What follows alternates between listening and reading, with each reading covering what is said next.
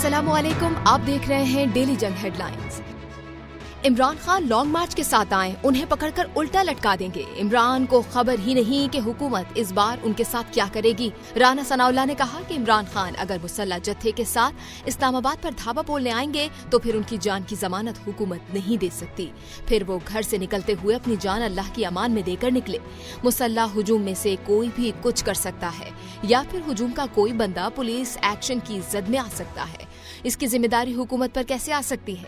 इमरान खान का फितना जब तक कुचला नहीं जाएगा, चाहे ये हुकूमत में रहे या ऑपोजिशन में, मुल्क को नुकसान पहुंचाएगा। राना सनाउल्लाह के नाकाबिले जमानत वारंट ले चुके हैं। पंजाब में दाखिले पर राना सनाउल्लाह को गिरफ्तार कर लिया जाएगा। पंजाब के नए मुशीर दाखिला उमर सरफराज चीमा का ऐलान। शाहीनों ने सह मुल्की सीरीज अपने नाम कर ली। फाइनल में न्यूजीलैंड को 5 विकेटों से हरा दिया। 164 रन का हदफ आखिरी ओवर में हासिल कर लिया। विनिंग शॉट इफ्तिखार अहमद ने लगाया। मैच में पाकिस्तानी बॉलर्स की शानदार बॉलिंग। मोहम्मद नवाज उम्दा ऑलराउंडर परफॉर्मेंस पर प्लेयर ऑफ द मैच करार। प्लेयर ऑफ द सीरीज का अवार्ड न्यूजीलैंड के माइकल ब्राइसोल के नाम। गुज़िश्ता बरस भी सबसे ज्यादा रन्स बनाए, इस बरस भी छा गए। मोहम्मद रिजवान इस साल T20 में सबसे ज्यादा रन्स बनाने वाले खिलाड़ी बन गए। भारत के सूर्य कुमार यादव को पीछे छोड़ दिया। साल 2021 में मोहम्मद रिजवान ने 26 इनिंग्स में 1326 रन्स बनाए थे। सूर्य कुमार यादव ने साल 2022 में 23 इनिंग्स में 801 रन्स बनाए। मुस्लिम लीग नून के रहनुमा तलाल चौधरी ने फैसलाबाद के ज़िमनी इंतखाबात की मुहिम के दौरान मरियम नवाज को जान से मारने की धमकी देने वाले शख्स की वीडियो शेयर कर दी। कहा, शिकस्त देखकर अब धमकियां दी जा रही हैं। इसकी जिम्मेदारी इमरान खान पर है, जो खुद फैसलाबाद में कौमी असम्बली के हल्के NA 108 से उम्मीदवार हैं। इलेक्शन कमीशन और पुलिस एक्शन ले, वरना अपनी क़यादत की हिफाजत के लिए वो हर हद तक जा सकते हैं। शेयर की गई वीडियो में एक शख्स ने इमरान खान की गिरफ्तारी की सूरत में मरियम नवाज को जान से मारने की धमकी दी है। सेनेट इजलास के दौरान PTI अरकान की हंगामा आराई। चेयरमैन सेनेट के डाइस का घेराव कर लिया। सेनेटर आजम सवाती की गिरफ्तारी के खिलाफ PTI सेनेटर्स बाजुओं पर सियाह पट्टियां बांधकर शरीक हुए। आजम सवाती की रिहाई के नारे। सेनेट में कोरम पूरा न होने पर डिप्टी चेयरमैन सेनेट ने इजलास पीर की शाम तक मुलतवी कर दिया। PTI चेयरमैन इमरान खान आज कराची का दौरा करेंगे। जलसे से खिताब करेंगे। कराची बार में वकला से भी खिताब करेंगे। वजीर आजम शहबाज शरीफ की भारतीय वजीर आजम नरेंद्र मोदी को बातचीत की मशरूत पेशकश। आस्ताना में सीका कॉन्फ्रेंस से खिताब करते हुए कहा कि पाकिस्तान भारत में अपने हम मनसूबों से संजीदा बातचीत के लिए तैयार है। शर्त यह है कि भारत खुलूस का मुजाहिरा करे और उन मामलात पर भी बात करे जिन्होंने कई दिहाइयों से हमें फासले पर रखा है। हम अपनी मुस्तकबिल की नस्लों के लिए ये विरसा छोड़कर जाना चाहते हैं कि बिलाखिर हमने सूरत हाल की संगीनी को महसूस कर लिया, मगर इसकी बुनियादी जिम्मेदारी भारत पर आयद होती है कि वो बामानी और नतीजा खेज मुज़ाकरात के लिए जरूरी इक़दाम करे। वजीर खजाना इसहाक डार की वाशिंगटन में IMF के डिप्टी मैनेजिंग डायरेक्टर से मुलाकात। वजीर खजाना ने सैलाब से होने वाले गैर मामूली नुकसानात से IMF अहदेदार को आगाह किया। मईशत को मुस्तहकम, पायदार और बहाली के लिए हुकूमती इक़दामात के हवाले से ब्रीफिंग दी।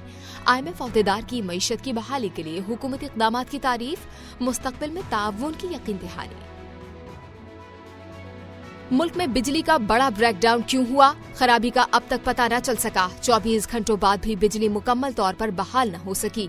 ग्रिड स्टेशन पर फ्रीक्वेंसी इशू बरकरार। ज़राए NTDC का कहना है कि दोपहर 3 बजे के बाद सूरत हाल वाज़ेह हो जाएगी। ज़राए के मुताबिक पावर प्लांट से बिजली आहिस्ता आहिस्ता सिस्टम में वापस आ रही है। गुज़िश्ता 10 साल के दौरान ये 16वां बड़ा ब्रेकडाउन हुआ है। मुल्क में ज़िमनी इंतखाबात की इंतखाबी मुहिम का आज आखिरी दिन। तमाम हलकों में पोलिंग के इंतजामात जारी। कौमी असम्बली के 8 और पंजाब असम्बली के 3 हलकों पर वोटिंग इतवार 16 अक्टूबर को होगी। पंजाब में ज़िमनी इंतखाबात के लिए सिक्योरिटी इंतजामात मुकम्मल। पुलिस के मुताबिक 1434 पोलिंग स्टेशनों पर 23,000 पुलिस एहलकार और अफसरान ड्यूटी देंगे।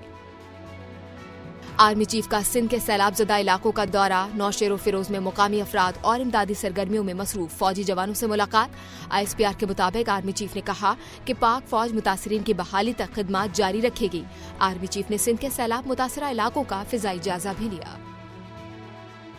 शर्जील मेमन को अदालत से बड़ा रिलीफ मिल गया। सिंध हाई कोर्ट ने शर्जील मेमन का नाम मुस्तकिल तौर पर ECL से खारिज करने का हुक्म दे दिया। वकील ने अदालत से इस्तदा की थी कि सरकारी काम के सिलसिले में सूबाई वजीर को बैरून मुल्क जाना पड़ता है, इसलिए उनका नाम मुस्तकिल ECL से खारिज करने का हुक्म दिया जाए। थाईलैंड वफ्द का तख्तबाई का दौरा। 130 रुकनी वफ्द ने बुध के मजहबी मुकामात पर मजहबी रसूमात अदा की। तारीखी मुकामात की हिफाजत और अच्छी देखभाल पर हुकूमत पाकिस्तान का शुक्रिया भी अदा किया।